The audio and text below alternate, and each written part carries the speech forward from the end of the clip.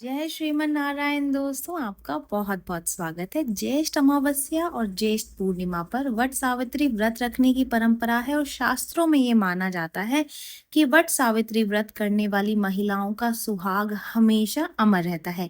इस दिन अमरता के प्रतीक वट वृक्ष की पूजा की जाती है क्योंकि उसकी जो आयु है वो सभी पेड़ों में सबसे ज्यादा मानी गई है। तो चलिए जान लेते हैं कि इस साल यानी कि साल 2024 में वट सावित्री व्रत कब रखा जाएगा, पूजा का मुहूर्त क्या है उसकी महत्व और पूजा विधि क्या है।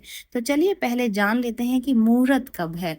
पंचांग के अनुसार अगर हम बात करें तो ज्येष्ठ अमावस्या की जो तिथि है वो 5 जून यानी कि 2024 को रात को 7:54 पर शुरू हो जाएगी और अगले दिन 6 जून 2024 की शाम को 6:07 पर समाप्त होगी। वट सावित्री अमावस्या व्रत 6 जून को किया जाएगा। इस दिन शनि जयंती भी होती है और क्योंकि ये उदय तिथि के अनुसार पड़ रही है तो इसलिए भी 6 जून को ही ये व्रत किया जाएगा। वट सावित्री व्रत भी सौभाग्य प्राप्ति के लिए एक बहुत बड़ा व्रत माना जाता है। पूजा का जो समय है वो सुबह 10:36 से लेकर के दोपहर के 2:04 तक का है, यानी कि आपको अपनी पूजा इस बीच में समाप्त कर लेनी है। वट सावित्री पूर्णिमा का जो व्रत है वो पंचांग के अनुसार ज्येष्ठ पूर्णिमा 21 जून 2024 को सुबह 7:31 पर शुरू होकर 22 जून को सुबह 6:37 तक रहेगी। तो इसकी पूजा का जो समय है वो सुबह 5:24 से लेकर के सुबह के ही 10:38 के बीच में इसका समय है। इसी बीच में आपको वट सावित्री पूर्णिमा व्रत की जो पूजा है वो समाप्त कर लेनी है। पति की दीर्घायु का जो ये व्रत है वो कैसे किया जाता है, ये सारी तमाम बातें आज आप जानेंगे।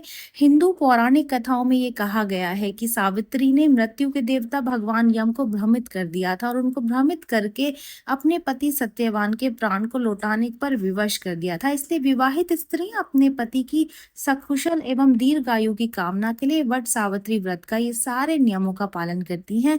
वट सावित्री व्रत में बरगद के पेड़ की पूजा करने की परंपरा बहुत समय से चली आ रही है। हिंदू धर्म शास्त्रों के अनुसार बरगद के पेड़ में सभी देवी देवताओं का वास होता है। वट सावित्री व्रत में जो सुहागिन महिलाएं हैं यानी कि जिनकी शादी हो चुकी है वो लोग बरगद के पेड़ की 7 बार परिक्रमा करती हैं और उसके साथ ही कच्चा सूत भी लपेटती हैं। ऐसा माना जाता है कि बरगद के पेड़ की आराधना करने से सौभाग्य की प्राप्ति होती है और महिलाओं को अखंड सौभाग्य की प्राप्ति भी होती है। अगर आपको कच्चा सूत कहीं से नहीं मिलता है तो आप कलावा यानी कि जो मौली होती है वो भी लपेट सकते हैं। आप जितनी परिक्रमा करेंगे यानी कि 7 बार आपको परिक्रमा करनी है तो सातों बार आपको जो सूत है या मौली या फिर कलावा वो आपको लपेटना है। वट वृक्ष लंबे समय तक अक्षय रहता है इसलिए इसे अक्षय वट भी कहते हैं। यही कारण है कि हिंदू धर्म में इस वृक्ष को बहुत ज्यादा पूजनीय माना गया है। वट वृक्ष में ब्रह्मा विष्णु महेश यानी कि इन तीनों देवों का वास होता है जिनको कि त्रिदेव भी कहा जाता है। बरगद के जो तना है उसमें भगवान विष्णु विराजमान होते हैं। भगवान विष्णु का वास उस जगह को माना जाता है। जड़ में ब्रह्मदेव का वास माना जाता है। जो उसकी शाखाएं हैं उसमें भगवान शिव का वास होता है। वट वृक्ष की लटकती हुई शाखाओं को सावित्री स्वरूप माना जाता है। तो ये जानकारी यहीं तक ही। उम्मीद है दी गई जानकारी आपके काम आएगी और आप इसका लाभ उठाएंगे। जो लोग वीडियो देख रहे हैं वीडियो को लाइक कर दीजिए, चैनल को सब्सक्राइब कर दें, नोटिफिकेशन बेल को दबाना बिल्कुल भी ना भूलें क्योंकि यहाँ पर इस तरीके की महत्वपूर्ण जानकारियां मिलती रहती हैं। तो चलिए मिलते हैं नई वीडियो में नई जानकारी के साथ। जय श्रीमन नारायण दोस्तों, जय श्री कृष्ण।